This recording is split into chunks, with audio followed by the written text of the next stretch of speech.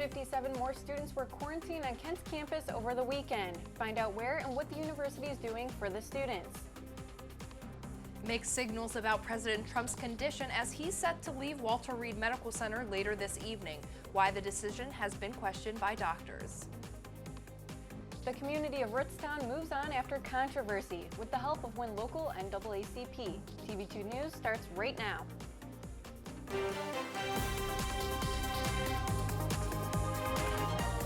This is TV2 News.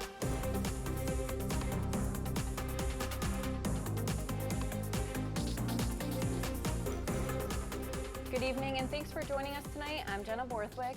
And I'm Nadine Battah. 57 more Kent State students living in dorms received a quarantine notice over the weekend.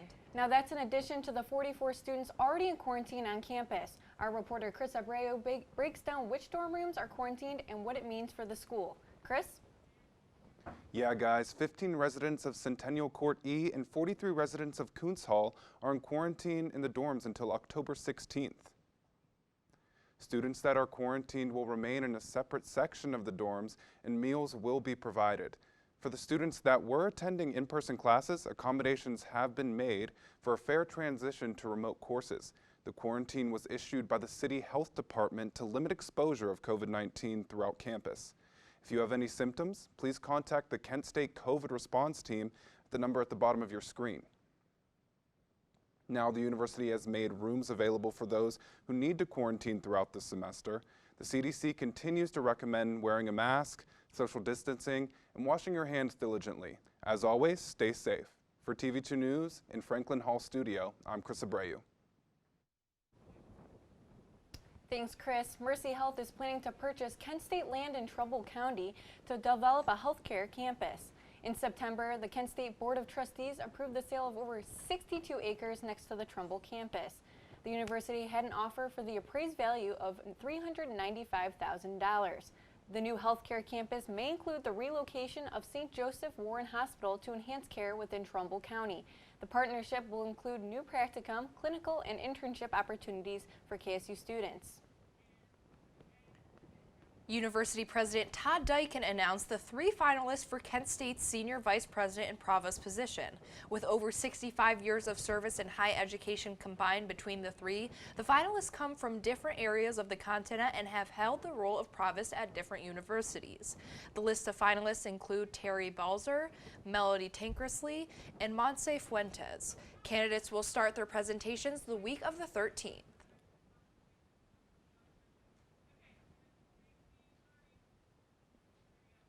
New developments on President Donald Trump's condition. Just hours ago, the president announced via Twitter that he will be leaving Walter Reed Medical Center today at 6:30. In his tweet, President Trump said he's feeling really good and to not be afraid of COVID or let it dominate your life. He also said the Trump administration developed drugs and knowledge about the virus and, quote, "I feel better than I did 20 years ago." As we continue to learn more about President Trump's treatment, his doctors revealed they are using an experimental treatment that includes 2 antibodies to treat the infection. The experimental drug is typically only used on patients with severe symptoms. With the president's physician making a statement yesterday that Trump was not on any oxygen, Dr. Amy Edwards with University Hospital says the treatment has definite risks that his doctors will be looking out for.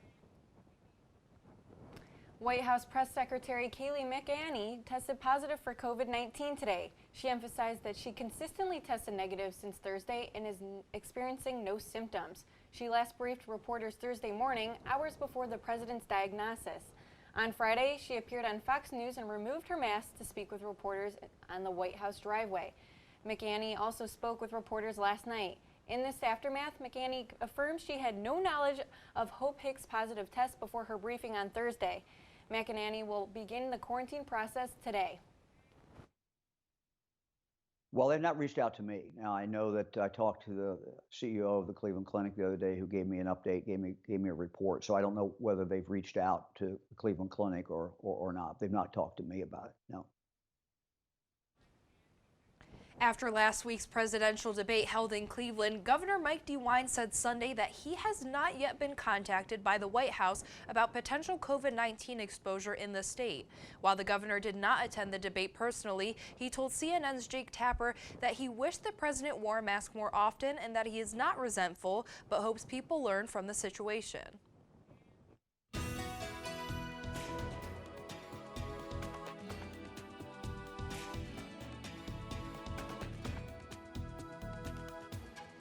Well, good evening, all Portage County and Northeast Ohio. I'm TV2 weather anchor Odin Amador-Gorby. We've been seeing some really gorgeous weather, not particularly fall-like today. However, that looks to change heading into tonight. Let's take a look starting right here in Kent. So currently in Kent right now, it is 57 degrees, feels like 62 out there. It's gonna be it's really nice out there, really nice evening ahead for us. As we continue onward here, our temperatures are starting to lower as we start to get into the fall season, or into the fall evening. 57 in Cleveland, Worcester at 57 mostly. Sandusky, you're still at 59. But as you can see, this is typical for this time of evening. The temperatures are going to get a little lower. If we just go through here, all right, radar is very crystal clear out there, nothing to report. It is definitely really nice weather out there this time. And for your tonight's forecast, it's going to continue to be really nice and lovely out there with temperatures in the 50s, midnight towards 45, and 7 a.m. will be clear at 42. So to recap, the temperatures will dip into the low 40s tonight and heading into tomorrow morning with relatively clear skies. Things will continue to warm up throughout the day, Tuesday. I'll have more coming up in my forecast. Back to you guys at the desk.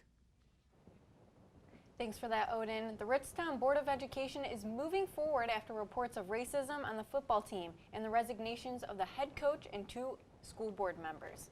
With the help of the Portage County NAACP, Ritztown community members can share their feelings about the situation, facilitated by district, local, and pastoral leadership. The group will be able to target concerns through workshops, trainings, or webinars. Meetings will be held 3:30 to 5:30 on October 11th and 25th at Neomed. The meetings are open to Ritztown residents only. And a vigil in honor of Breonna Taylor was held yesterday evening at the gazebo in downtown Kent. Participants were asked to bring a candle and meet at the intersection of Water and Main Street. Speakers included community activist Sonny Matthews and Kent State professor Gregory King. The vigil was supported by Kent United Church of Christ, Ravenna Moms for Change, and more. Still to come on TV2 News, the last day to register to vote in Ohio is tonight by 9. For voting, there's a process to make sure you successfully complete your absentee ballot. A step-by-step guide when we return. And find out how Secretary of State Frank LaRose plans to ensure safety for polling location workers. The requirements coming up.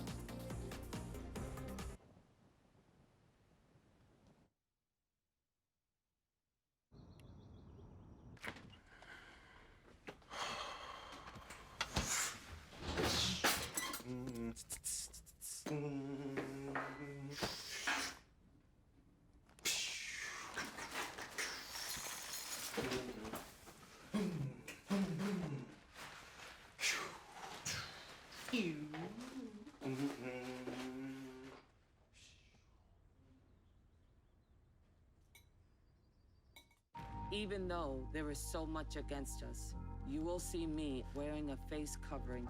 And even with my face covered, you will see me as a son, as a friend to everyone I meet, as a fighter for change, as a woman who stands up for what I believe in. So join me in wearing a face covering to help stop the spread of the coronavirus. Because this is one small act of kindness that has the power to bring us all together. Welcome back. And with the registration deadline tonight, we are just shy of 1 month from the election. Registering looks a lot different this year than in the past. In some states like Ohio, almost completely virtual. TV2 News Director Lexi Biasi spoke to experts about social media's new role and if its efforts will translate to the polls. If you've been on any social media site recently, you've probably been bombarded with messages asking you to register to vote. Social media, it provides a whole different avenue for informing people. Facebook, Snapchat, Instagram, Twitter, and TikTok. If you use any of them, you've probably seen these messages, or you are one of the over 6 million people who have registered to vote through the apps. Young people, students, and more broadly the general population is relying more and more on information they glean over the internet. Social media makes registering to vote quite easy. It just takes a few clicks. But experts say that's only half the battle. History shows that just because someone registers to vote doesn't mean they'll actually follow through and cast their ballot. Students always say they'll vote, but when you actually look at turnout, students are among the very, very lowest. Voting advocates say getting people to vote is like jumping over multiple hurdles. Okay, you got through one hurdle. Our registration deadline's next week. How do we get over through the hurdle of turning out the vote? So why don't people follow through? Political science experts say you can't just blame the public. Voting isn't made easy in the United States. The rules are very complicated. They're localized. There are any number of ways, especially in the state of Ohio, you can demand a absentee ballot without having to show a reason why you need it. You can say, I want to vote early at my polling place without having to demonstrate that. So while voting can be complicated, there are a number of access points to it. Experts also say the current political climate doesn't help either. I think that, as you could tell, what's going on right now is that at least one person in America is sowing doubts about how even using the post office and mailing in votes is problematic. If you want more information on the registering and voting process, you can visit any social media site, which will continue to urge you to vote right up until Election Day. If you want to be sure that your voice is heard on any issue at all, it only happens when you vote.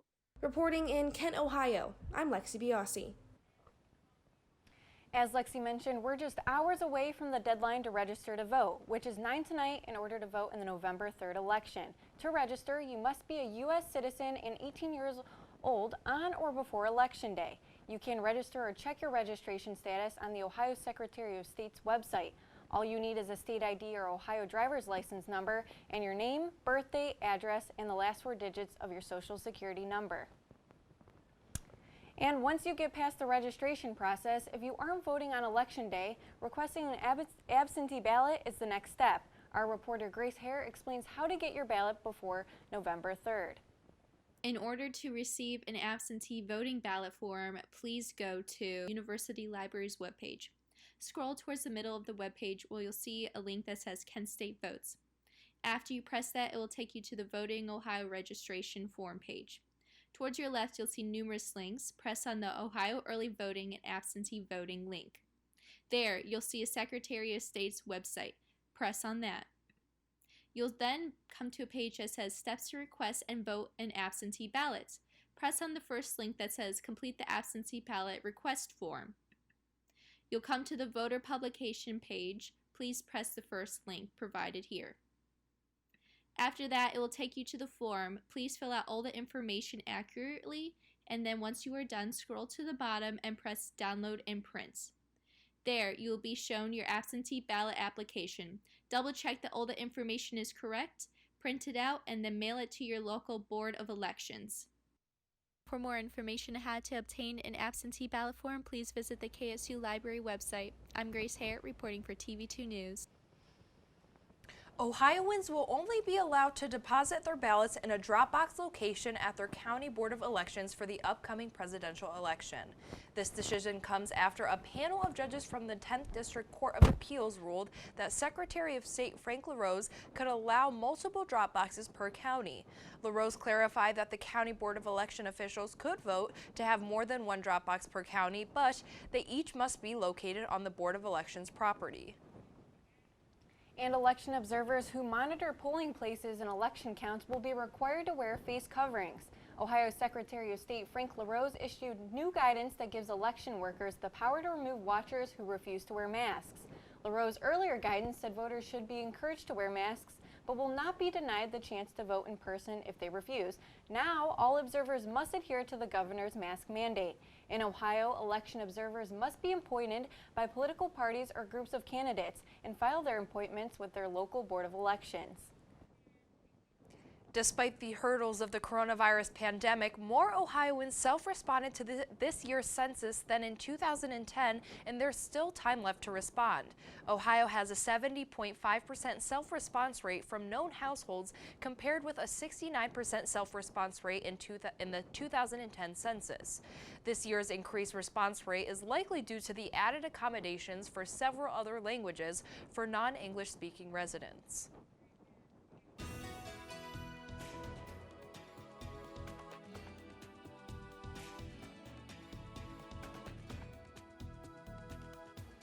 Welcome back to weather. Again, I'm your TV2 weather anchor, Odin Amador-Gorby. Before we discuss the week ahead with Ohio, let's start with our current temperatures across our state. Right now, Columbus, you are at 55. Akron, you're at 54. Lima, you're at 57. Things are starting to cool down, but Cincinnati, you are still at a glorious 62 degrees out there right now. And for your tomorrow's forecast, it's going to be really nice. It's going to get really warm, too. It's going to be at 67 with sun. Sunny skies with some clouds. The UV will be at 5, so it's not going to be a day where you'll get burnt. So your sunset at 7:28 a.m. As we go through towards your day planner tomorrow, 6 a.m. will still be dark with clear skies, but towards your noon time, it will be sunny at highs in the 60s, and towards your 6 p.m., 63 degrees with sun. So it's going to definitely be a really nice day out there for you tomorrow. As we continue on, so this is something that we've been kind of watching a little bit. Towards your Sunday, we will be experiencing a bit of a cold front that's going to come through. It's a relatively weak cold front. It may cause a few showers here and there, but nothing special, really. But as you can see, way up over here, high pressure will be coming back in towards the week, so we will continue to have very nice weather towards our weekend. Let's get to our 7-day. All right, folks, 7-day forecast. It is going to continue to be sunny all week long as we go up to highs even in the 70s towards your Wednesday, and then we'll kind of jump down towards your 60s towards your Thursday, but then towards 70s back up on towards Friday. But then Saturday and Sunday, you're going to start to notice like 74 for your Saturday, but then Sunday we will experience that cold front that's going to kind of be a relatively weak cold front that's going to bring temperatures down into the 60s and then towards your Monday. But if you notice, it's going to be very sunny. Well, enjoy this lovely sunny weekend ahead as we continue to prepare for the fall. I am Odin Amador-Gorby, and back to you guys at the desk. October is Domestic Violence Awareness Month. Find out how to get involved and raise awareness for this issue on campus. This just in, the Cleveland Browns are good. Don't touch that dial. An all-new sports report with yours truly is next on TV2 News at 6.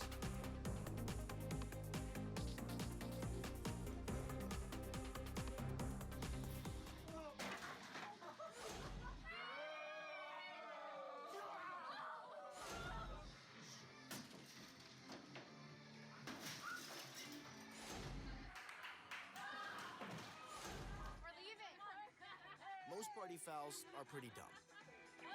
But if you decide to drink and drive underage, you could lose your license and your freedom. Underage drinking and driving. The ultimate party foul. Meet the scan. A simple procedure whose mission is to detect lung cancer early.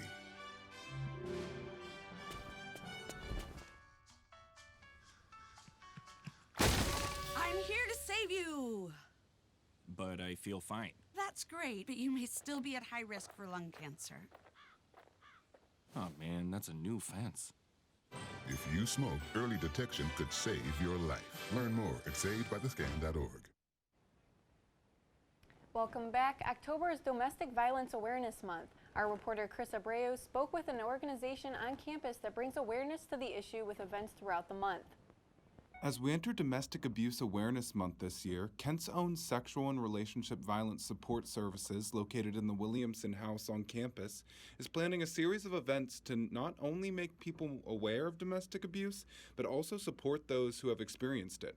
I sat down with student worker Olivia Hickson and support services coordinator Yvette Roberts to learn more.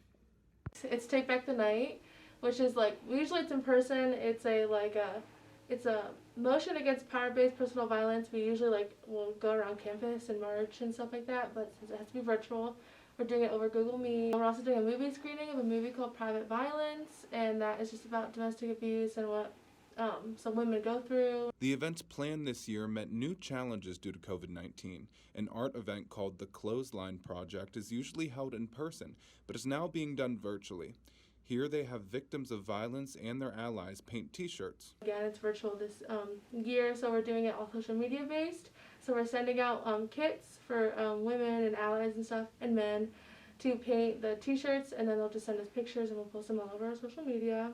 Roberts noted that abuse can be found in many forms, and it is important to know a good relationship from a bad one.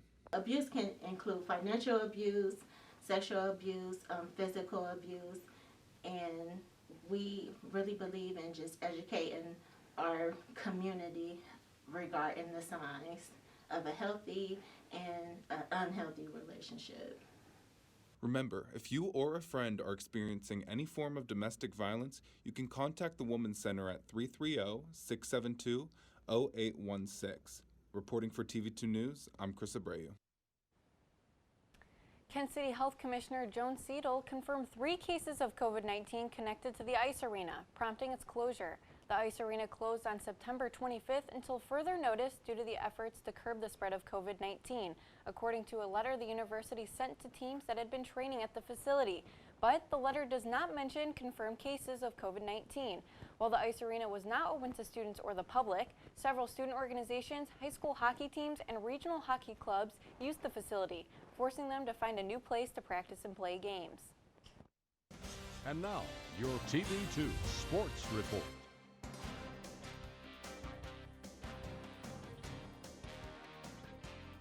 Good afternoon, Kent State and all of Portage County. Welcome to this Monday Sports Report. I'm Dante Centofanti. It is a victory Monday if you are a Cleveland Browns fan. Yesterday at AT&T Stadium in Arlington, Texas, the Browns improved to 3-1 for the first time since 2001. To say the offense was on point was an understatement as Cleveland defeated the Dallas Cowboys 49-38. Another thing you have not heard in a while if you're a fan of this team is high scoring in the last 3 games. The Browns are averaging 39 points, and they are powered by none other than Baker Mayfield. The native Texan is improving dramatically after a 2019 full of interceptions. In his last 3 starts, he has thrown 6 touchdown passes on only 25 passes per game. But the main storyline from this game was the resurgence of Odell Beckham Jr. His stats were, to quote Bernie Mac, a bacon and egg sandwich. It looks good. 5 receptions for 81 yards, 2 touchdown catches, and a 50-yard trick play run to seal the victory for the Browns. In sad news about yesterday's game, Adam Schefter of ESPN reports that the Browns expect Nick Chubb to miss 6 weeks. The third-year running back out of Georgia will be on the injured reserve with an MCL injury after getting taken out in the second quarter of yesterday's game. The Browns are at home next week against the Indianapolis Colts. Kickoff is set for 4:25 at First Energy Stadium.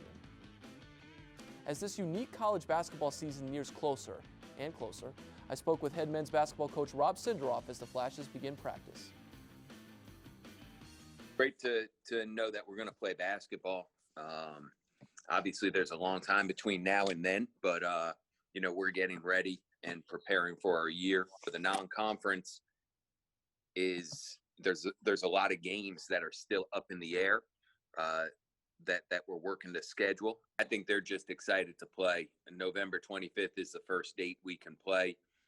I'm trying to fill that date as we speak. I'm worried outside of basketball, right? Like within the gym, I know that these guys are all getting tested while we're there.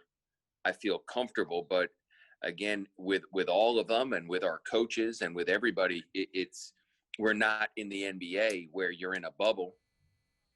Be sure to tune into an all-new episode of Sports Corner as me and Austin Arnold take you through all the action of Week 6 in the PTC Conference. Nadine, Jenna. Thanks, Dante. And after our break, this company is bringing 2 Oktoberfest essentials together for one unified product. Mattel is releasing a different collection of dolls, and this one ditches the typical pink for a more historical background. Stick with us.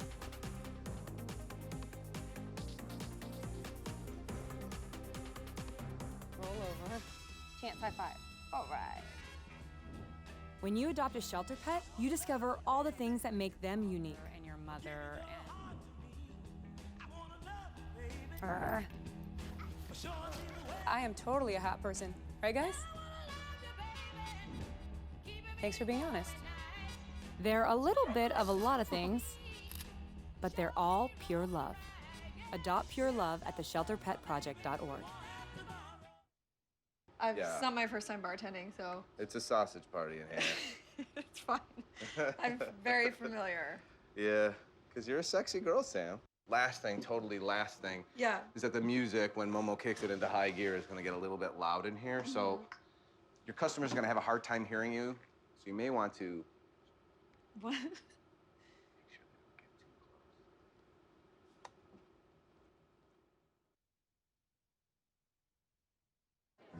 The black truck? Hey, Christina from accounting. Yeah, hi. Hey, I used to date a girl named Christina.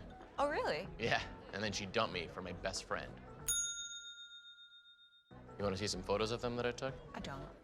I thought we talked about this, buddy. Buzz and overshared again? Yeah. Yeah. I'm gonna call a car. That's a smart idea. So, yeah, I know, that's why I did it. Hey, you're gonna get back to the top of the mountain. Does that mean I'm gonna get back with Christina? No. Oh. No.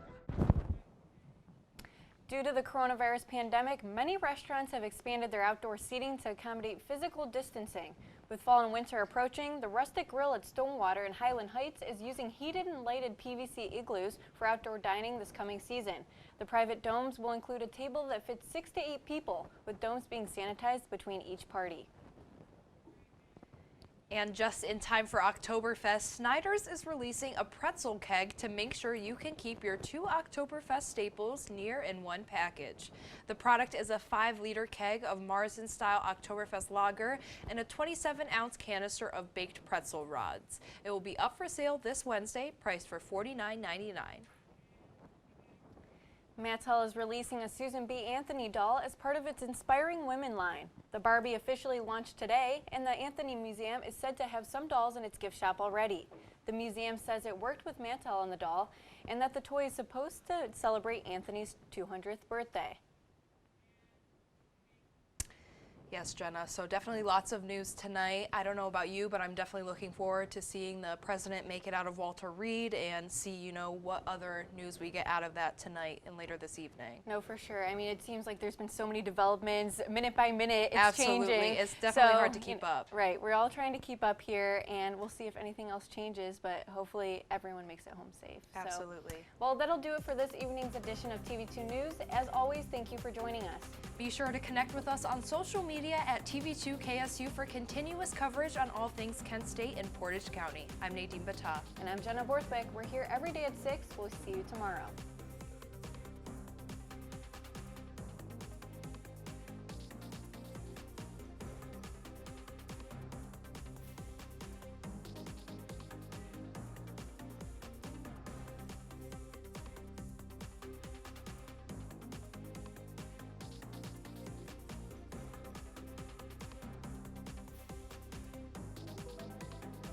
Todd's a great guy. I mean, look at him. What a sweetheart. Attaboy. Wait, Todd, what are you doing? How totally selfish and un-Todd-like of you. Come on, Todd. Come on, man.